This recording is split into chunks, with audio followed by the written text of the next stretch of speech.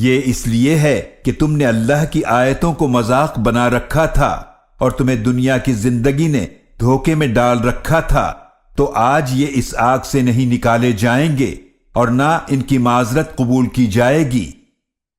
فَلِلَّهِ الْحَمْدُ رَبِّ السَّمَاوَاتِ وَرَبِّ الْأَرْضِ رَبِّ الْعَالَمِينَ۔